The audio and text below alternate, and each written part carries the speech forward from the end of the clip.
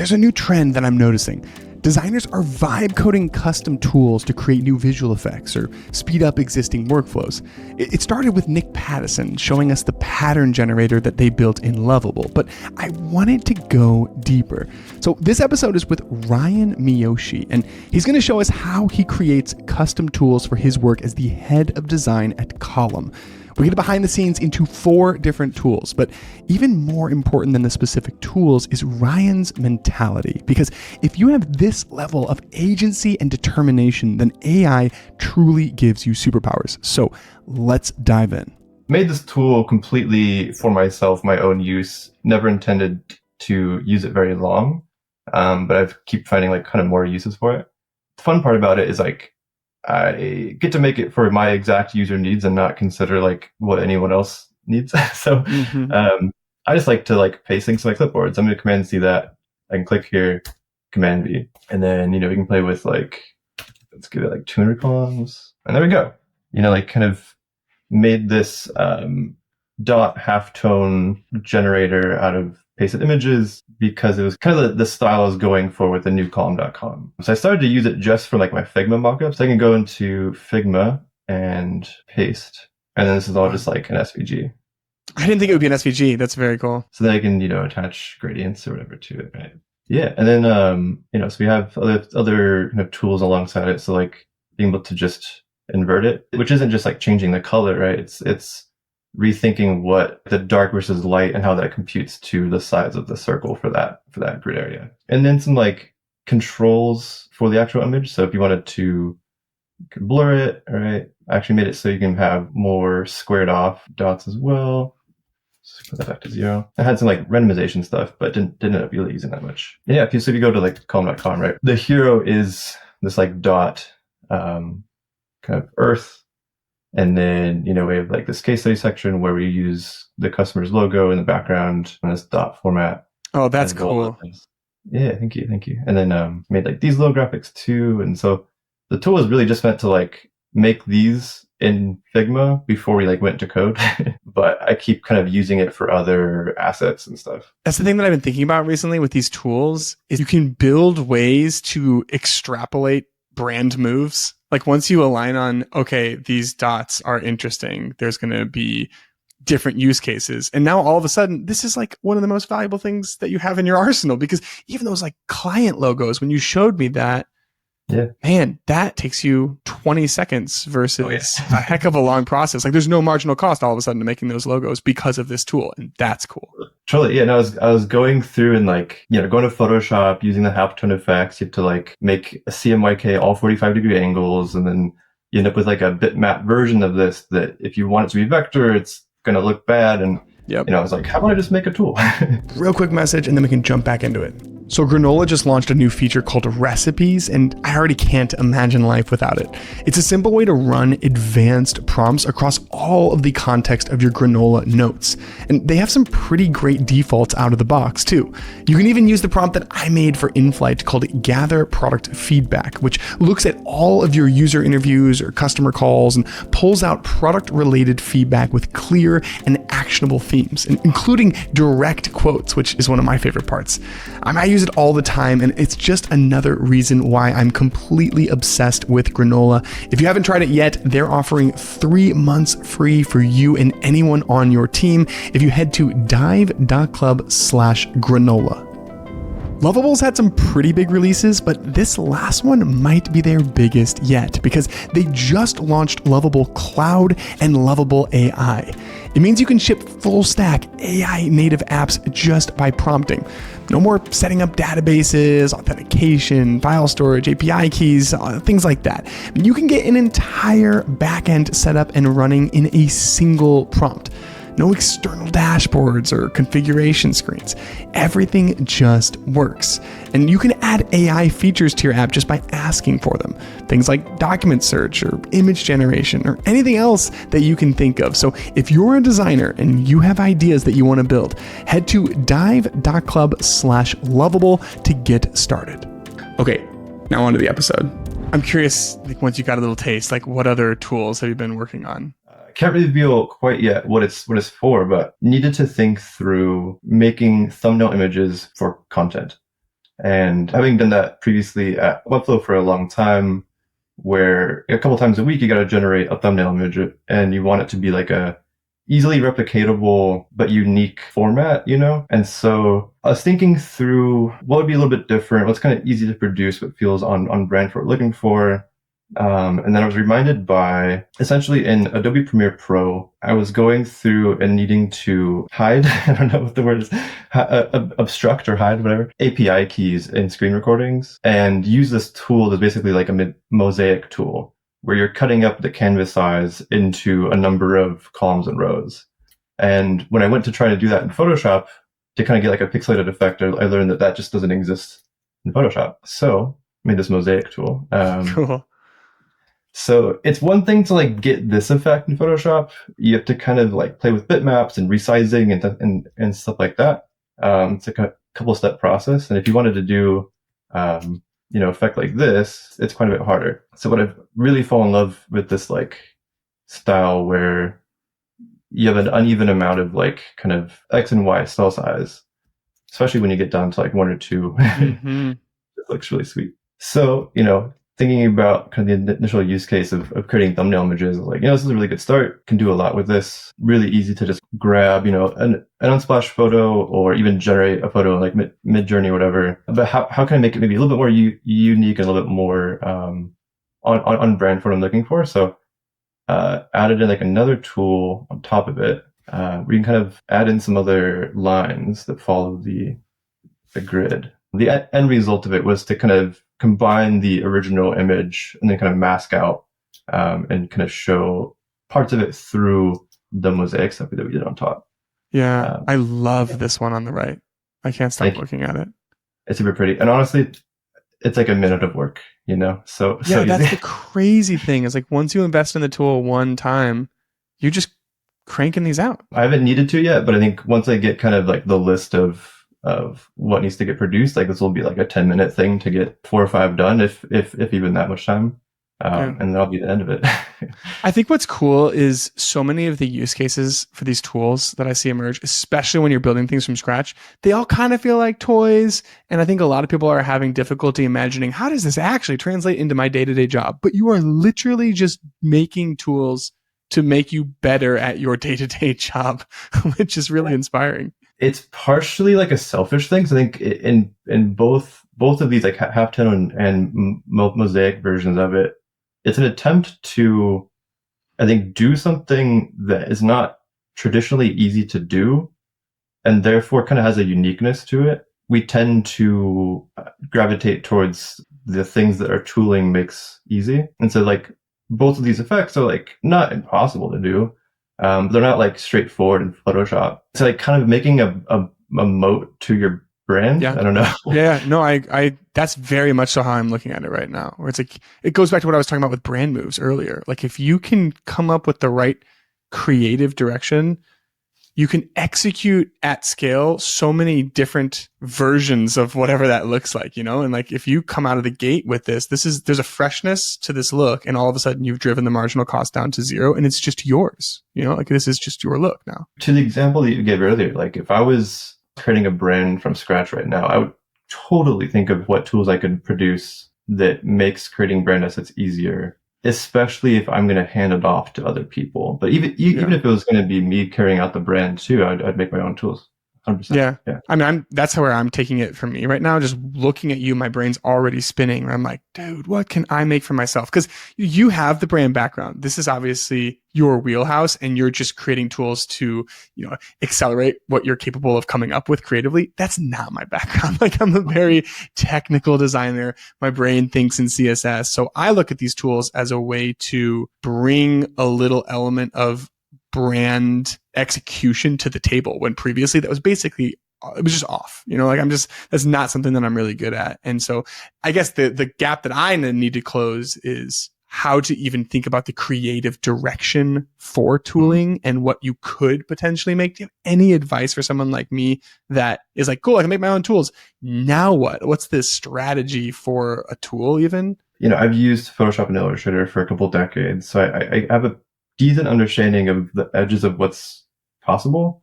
And when I do come across it, I'll Google around. Like I found myself Googling more lately, like, how do I do this thing in Photoshop? Because I haven't done that in a lot of, in like a few years. But upon like having an idea, learning that you can't really easily do it, and then thinking through like, okay, well then how would I approach making a tool for that?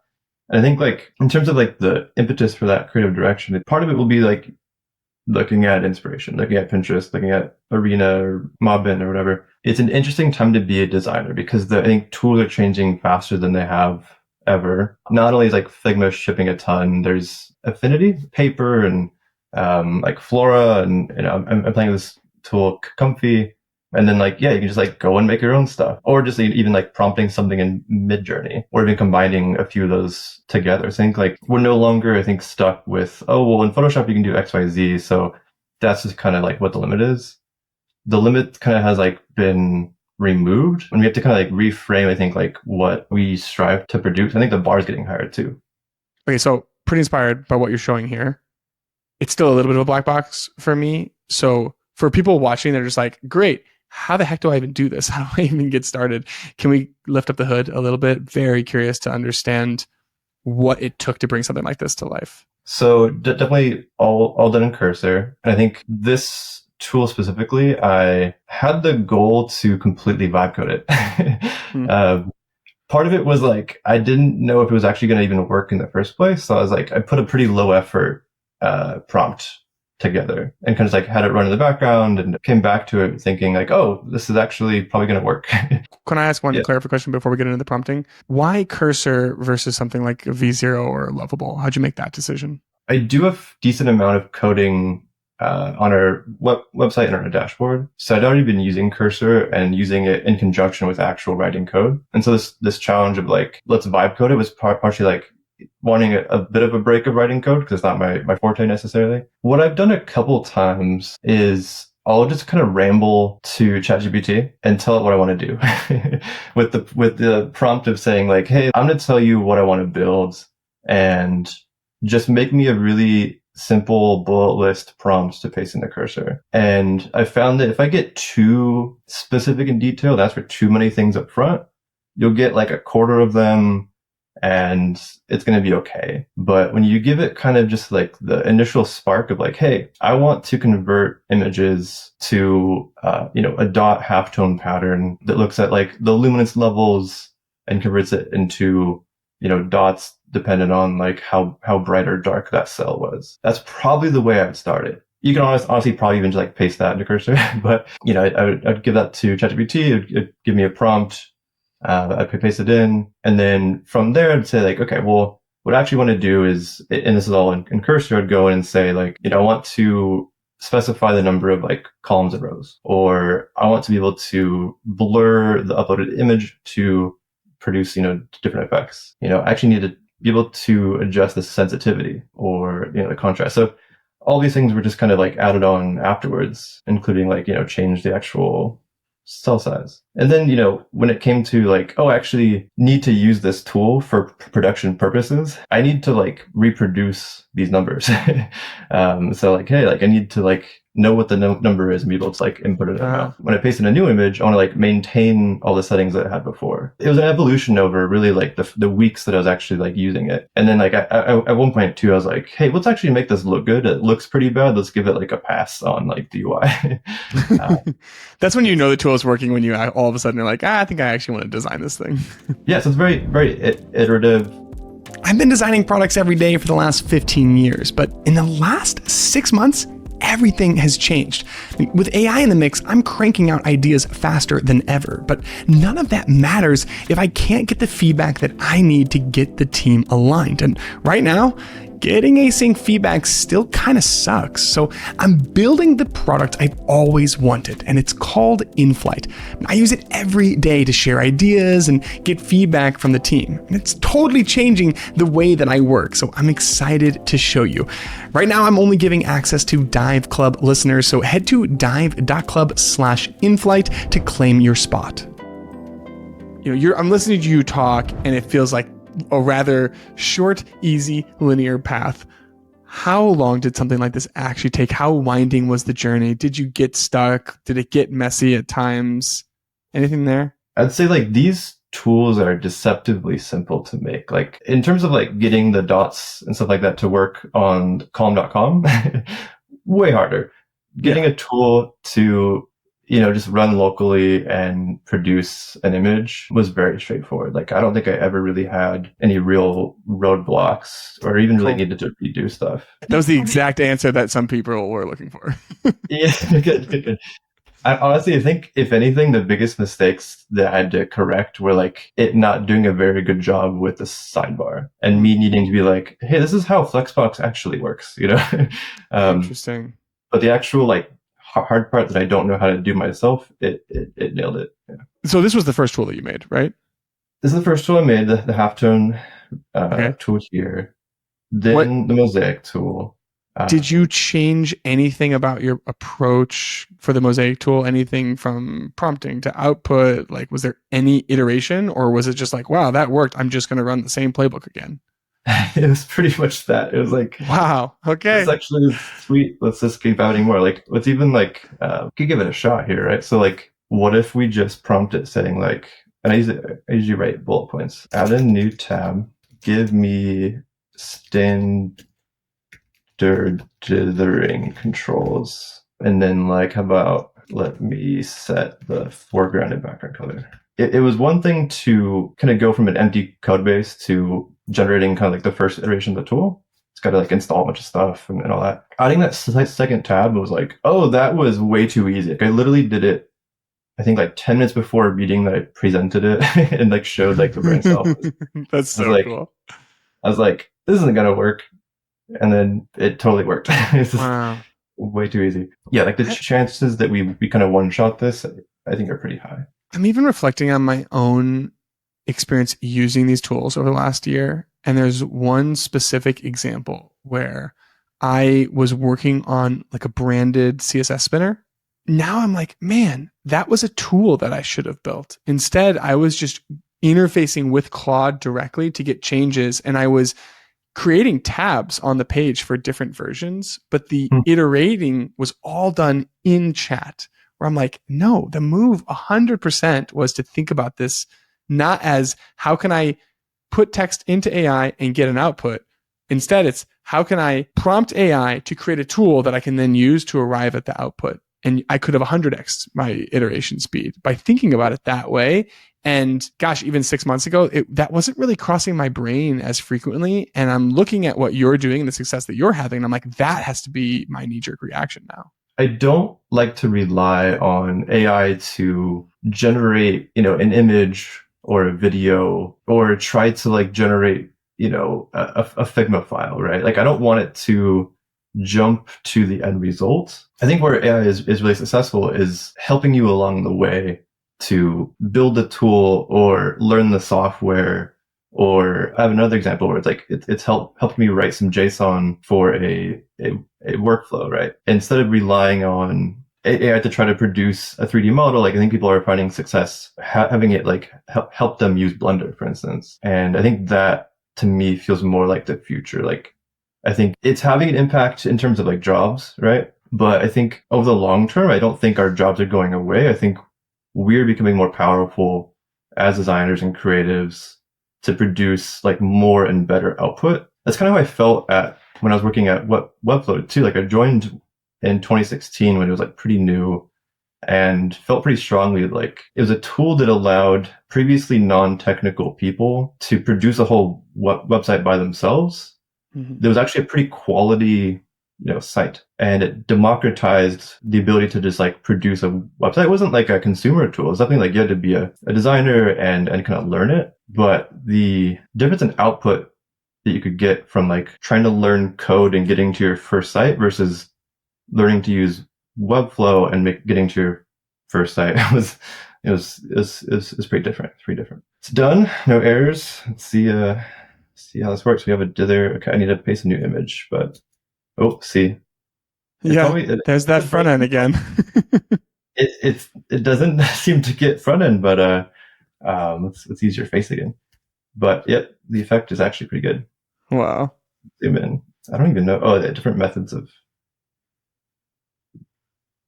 Honestly, pretty sick. Uh, Yeah, that's pretty good, man.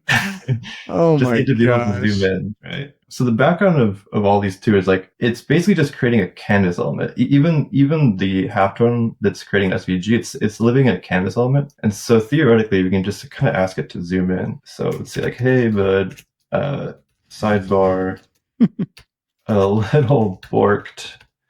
I guess more so like the algorithms section. I'll go. I totally know how to spell algorithm. I would cut it off at algo. I'll go. You're a brave man spelling algorithm live.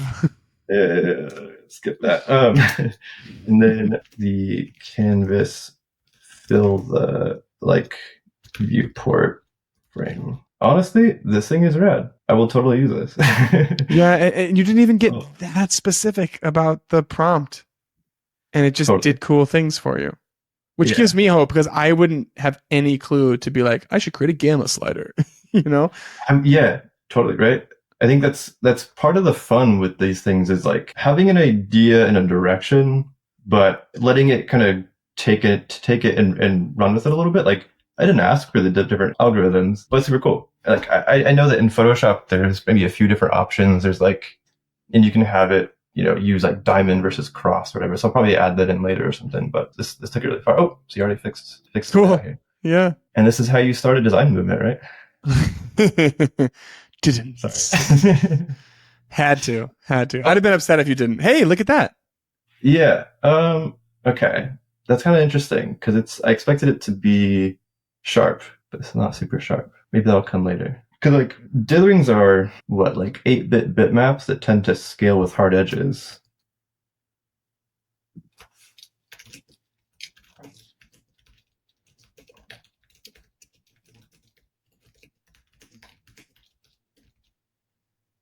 It's probably it. I'm actually curious. What did it just like? I have no idea what method it's using to zoom it. I think it probably just scaled it, but Yeah, that's what I was wondering if it wasn't actually a. if It's you not just hit like treating on a transform canvas. scale, like, yeah. Oh, there we go. That's right.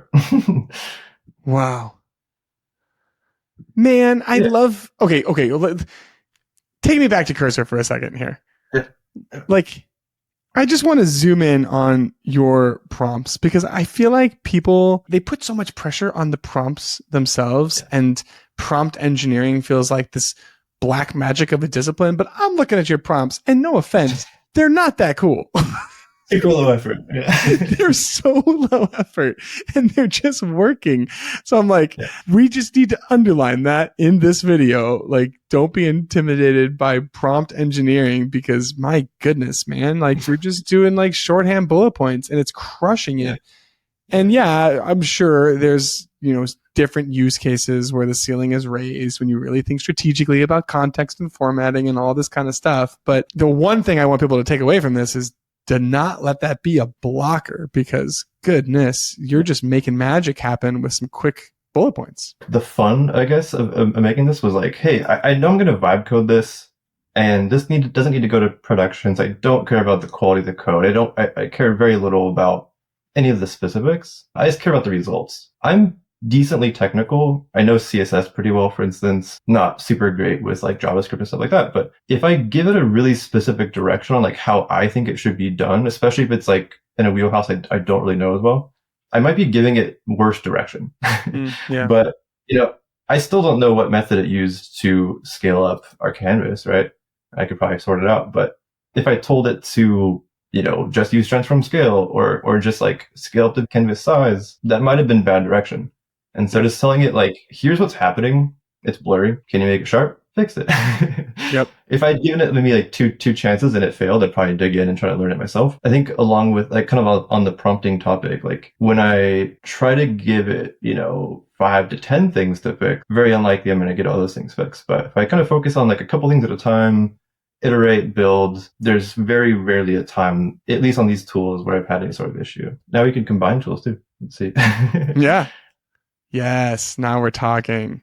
Here's the graph tool I was talking about. Basically, it's a little broken right now, but the idea is, I just want to make custom branded graphs. There's probably stuff out there to help do that, but I wanted to build a tool myself and had this example data.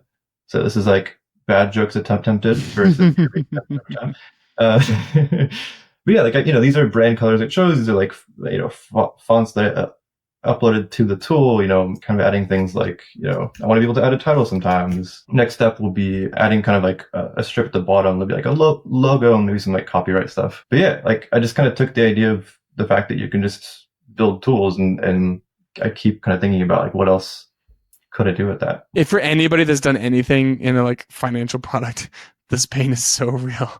I just hated making charts. So this makes total sense to me. Yeah, it was interesting because I had the idea to do this, and then there was like a really last minute important deck that we needed to produce. And so I spent a lot of time in like Google Sheets, Google Sheets, and like exporting SVGs from data and then like editing them in Figma. I was like, okay, I really gotta make that tool. Another fun thing I was playing around with, is for every customer that we sign on a column, I make a little poster for like kind of the wall in our office, right? I'd done like 50 of them as of like last year, and got busy because it takes a little while, and just kind of stopped. And now that I like, the longer I've waited to catch up on making posters, the more that pile up. And so I was like, hey, well, how can I make a tool to make that easier? I like come across this ComfyUI tool on like Instagram, bookmarked it, and forgot about it. But when it came to this idea, it's like I kind of went and found it, brought it up, started to learn a little bit. And so essentially what's happening is this looks, I mean, I would like to think the ones that I made were a little better, but this was the style of the tool. I made a collage using brand assets from the company, placed their logo typically in a better location than this, and then had like kind of our little symbol at the bottom here, and you can't really read it, but then I'd add the text for the company. I guess this would be a column plus column. But so what I did was I actually trained a LoRa, so kind of like a layer on top of the image model, on all of the posters that I had produced. You can kind of see the image models producing this image, and then I'm going in and grayscaling it and dithering it and then applying a color to it. I trained it on all of the like pre-dither and color. And so then I took that image model that it produced. We see here like there's Rai poster 2, and that's being kind of used on top of a model called Juggernaut, which is like a stable diffusion model. Then I can feed it kind of source images, which it uses more as like, as you can kind of see, as like a reference, but it doesn't copy any of the data one-to-one. I think my understanding is it largely converts it to like text almost, like it's kind of like understanding of what the image is rather than using the real image. And then separately, I wanted to make it so you could upload the logo of the company that would be unchanged, right? So you can actually go and see if we can make you a poster now. Yeah, I'm excited to see how this works. Let's see, it's not easier face. It'd probably make that look weird. So we have your brand asset here. So upload that. Okay, so now it's gonna take your logo, center it on canvas, and then hopefully understand these source images and make some sort of collage out of it. That was sick, I'm not gonna lie. Wow. Yeah, honestly, pretty impressed with the output here. Part of the expectation too was that like I can just run it 20 times or whatever too and pick the best one. And I was also going to embrace like if it does something really weird and goofy, I'm kind of okay with that too. But in this case, like it actually looks pretty sweet. I found myself learning a couple tools. I can actually show you another thing too you might like. But learning some tools that are like open source, relatively niche, not a ton of documentation, and change fast. So like the documentation and examples out there are probably outdated. And so it's pretty hard to use AI to like help. It'll often send me on some like wild goose chases and stuff. But the kind of method that I've ended up landing on is prompt AI like, hey, I want to make this workflow in Comfy to do X, Y, Z. How would you go about that? And kind of learn about maybe some like, is all open source. I've downloaded a bunch of like custom nodes and stuff like that. When I've prompted it to say like, hey, like write me some JSON. So theoretically, AI could write a workflow, but it hasn't been particularly helpful. Okay. Wow. I did not expect that. And then another thing that you might actually like is in a similar train is I also do all of Calm's like video and video editing, which is not something that I knew anything about before joining. We do everything in-house. I edit everything, I record everything, all that. But I always like have to go and find a song I like. Usually it's just kind of a loop, pay 40, $50, whatever it is. And that's like a thing I have to do every time. Mm-hmm. And I was like, well, how can I kind of approach this problem with like the tool creation kind of mindset? Ended up finding this software that's meant for people to perform song generation, but it essentially is just producing music through programming. And now I'm neither a programmer nor a musician, but I've kind of like been learning it a little bit with some help of AI tools, like help write some code that can produce like a decent background track for a video. It's cool. That's really cool. It sounds very fun to me. Yeah, it sounds very fun. And I guess I have so much appreciation that you don't have a music background, because it says a lot. Like you have, maybe not the exact background that you need, but the level of agency that you have and determination is through the roof. And I am like, that's the kind of traits that give people superpowers in today's world. That's the positive way to view it. Yeah. A little bit. Yeah. Like overconfident, perhaps. I think that somebody called it the, I can't remember who I was interviewing, but it was the I know Kung Fu mentality from the Matrix, where it's like, you just gotta just convince yourself that I know Kung Fu and you'll figure it out. Honestly, my approach with this so far has largely been like, because I can, added this line here that makes it so it visualizes the output. If it looks pretty good, then it might sound decent, right? If it has like a pattern to it. Yeah, it makes sense. I think maybe none of these is an example, but there was examples I had where like, things were kind of symmetrical and mirrored image of each other, and maybe I would take a pattern and then kind of, slow it down by half, or, kind of like approach it from like how I might approach it as like a visual design problem. Yeah. And it would sound okay.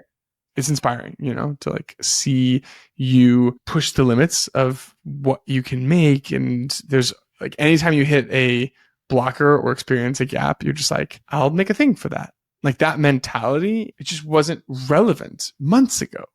All of a sudden we can just make things to do whatever we're trying to accomplish. And so being able to shine a light on how you just went all in on adopting that mentality is really, really cool. Super inspiring.